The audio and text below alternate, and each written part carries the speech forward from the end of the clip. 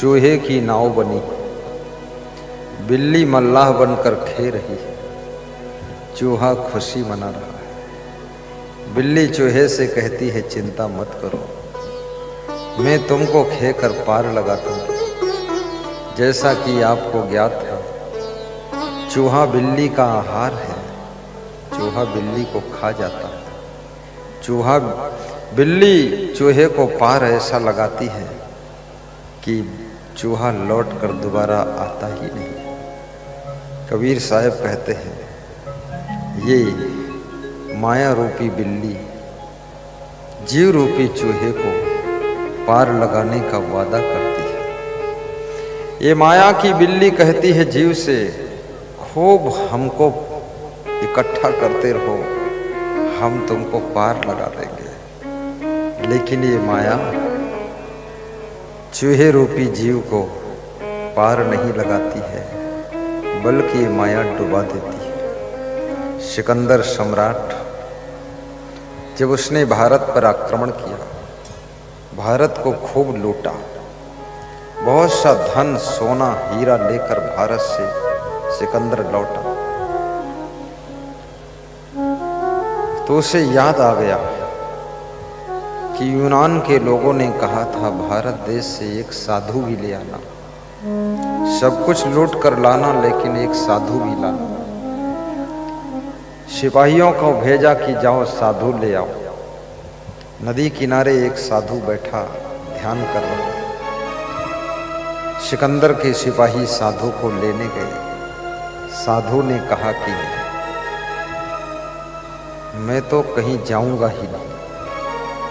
सिकंदर के सिपाहियों ने कहा कि तलवार से धड़ अलग गर्दन अलग कर दूंगा, सिर अलग हो जाएगा। हम सिकंदर के सिपाही हैं, क्या समझते हो? बोले हम समझते हैं कि तुम सिकंदर के सिपाही हो। जब मेरा सर धड़ से अलग होगा तब भी मैं देखूंगा, तुम देखोगे, और ये शरीर मर जाएगा फिर भी मैं जिंदा रहूंगा। मुझको तुम्हारी तलवार काट नहीं सकती। नैनम छिंदंत शस्त्राणि नैनम दहत पाव का, न चैनम क्लेदंत्यापो न शोष्यत मारुता। सिपाही वापस गए। बहुत सुंदर सिकंदर को बताया कि साधु तो मिला लेकिन आने को तैयार नहीं। सिकंदर खुद गया, तलवार निकालकर साधु की गर्दन पर रख दिया। साधु ने कहा सिर कटेगा तो भी मैं देखता रहूंगा, सिर गिरेगा तो भी मैं जिंदा रहूंगा, शरीर मरेगा तो भी मैं जीवित रहूंगा, क्योंकि मैं अमर आत्मा हूं, मैं शरीर नहीं हूं, लेकिन मैं तुम्हारे साथ जा नहीं सकता।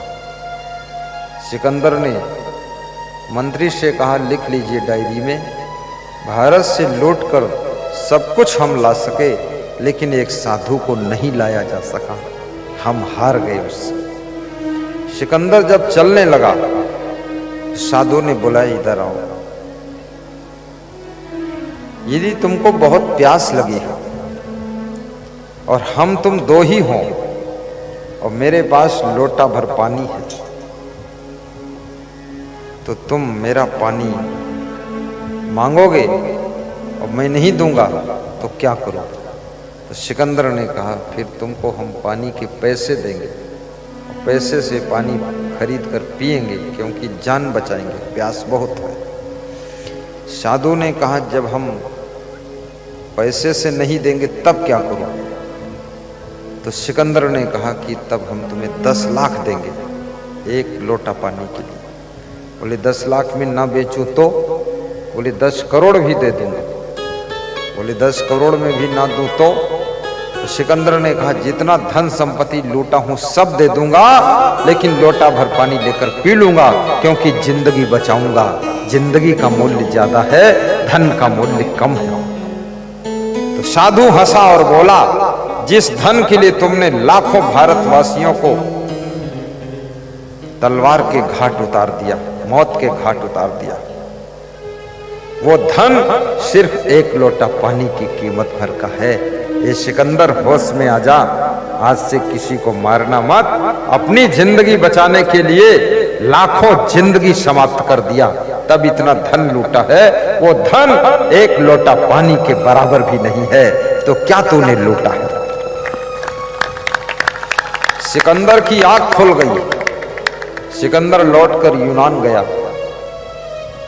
और उसने एक कागज पर ज्ञान की बात लिखी कि जब मेरी मृत्यु होगी, मेरे हाथ कफन से बाहर कर देना, मेरी लाश को पूरे नगर में घुमा देना और सभी को दिखा देना कि सिकंदर जैसे सम्राट भी इस दुनिया से खाली हाथ ही जाते हैं, हाथ में कुछ ले नहीं जाते हैं, इसलिए पाप मत करो। इकट्ठे कर जहां के जर, जर माने धन होता, धन कमाओ लेकिन बुरे तरीके से नहीं, पाप तरीके से नहीं, पुण्य तरीके से कमाओ। बिजनेस करके कमाओ, खेती करके कमाओ, सर्विस करके कमाओ। इकट्ठे कर जहां के जर, सभी मुल्कों के माली थे। सिकंदर जब चला दुनिया से, दोनों हाथ खाली थे, दोनों हाथ खाली। ये हाथ भी तो साथ नहीं जाते, ये भी यहीं छूट जाते।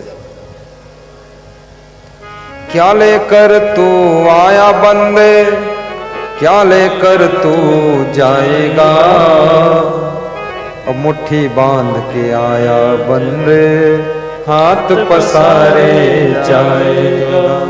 मुट्ठी बांध के आया बंदे, हाथ पसारे जाएगा।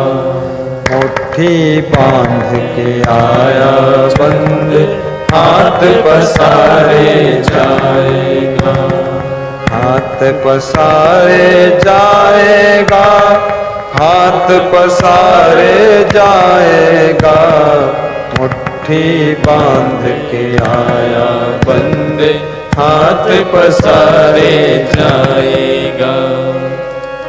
ये हाथ भी साथ नहीं जाते। सिकंदर संसार के सत्य को समझकर चला गया। आज देखिए, रूस और यूक्रेन का युद्ध 14 महीने से चल रहा। लाखों सैनिक मारे जा चुके, लाखों जनता के लोग भी मारे जा चुके।